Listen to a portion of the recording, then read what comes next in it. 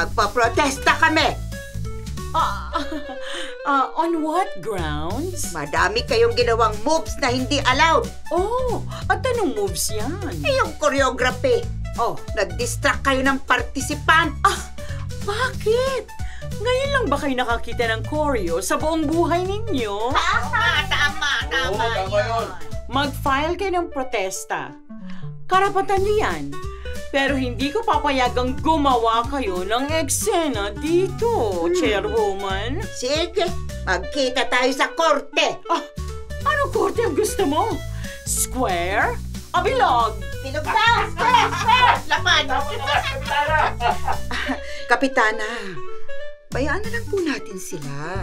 Baka mamaya, maipatawag pa kayo sa City Hall o ng Quadcom.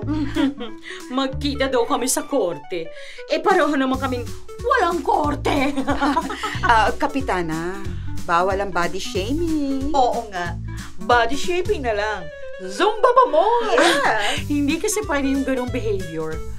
Supposedly, fun event ito, pero ginawa nilang marumi.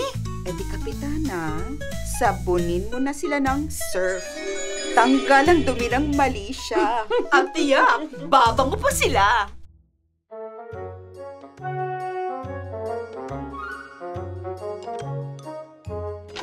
Surprise! Congrats sa winners! Ang galing yung dalawa. Hindi expected na mga nakalaban nyo yung choreo. At saka yung sabay kayong tumigil, ninja moves! Naku, doon ako nag-aalala. Medyo unconventional yung ginawa namin, kaya open sa protesta yan. Pero ang saya ng feeling, di ba? Lalo na't balik tandem kayo ng kaibigan mo. Ang nanay ko, Zumba CEO. Wait. May sinend na video si Danilo. Naku, pinadala din sa akin ni Maylene. Oh no!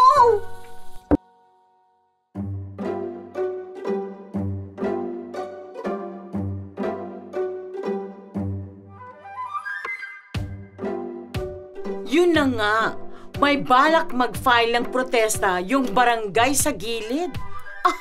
Feeling kasi nila, may mga ginawa kayo na wala sa rules. Pero walang specific violations. Ang nirereklamo nila, yung choreo daw. Violation po ba maging creative? Oo nga. Correct, di ba? Problema ba natin na hindi nila naisip yon, tapos yung bigla daw kayong sabay na tumigil? Dapat daw, dire-diretso kayo hanggat pinatigil. Pero dalawa na lang kami naiwan. So, anong use na ituloy pa namin? At saka, pareho naman kaming galing sa iisang barangay. So, since laban ito ng barangay at hindi laban ng individual dancers, panalo ng barangay natin. Mismo! Anyway, hintayin na lang natin ipatawag tayo ng City Hall pag nag-file na sila ng protesta nila. Okay lang sa akin na di manalo. Huwag lang tayong intrigahin ng ganito. Ma! Kapitana! Nakita niyo po ba ito? Nag-viral na naman kayo. Pero may mga bashers siyempre. Hoy, na nga bang sinasabi ko? Malamang pakanaya ng chairwoman na yan. Masyadong competitive. Ay nako, Kapitana. Huwag tayong padala sa galit. Baka naman hindi sila yan. Oo nga, Kapitana. Matuto kayo sa akin. Pag galit ang nananaig, sablay ang mga desisyon. Ayoko lang naman kasing maagrabyado tayo. Good vibes lang dapat yung contest eh.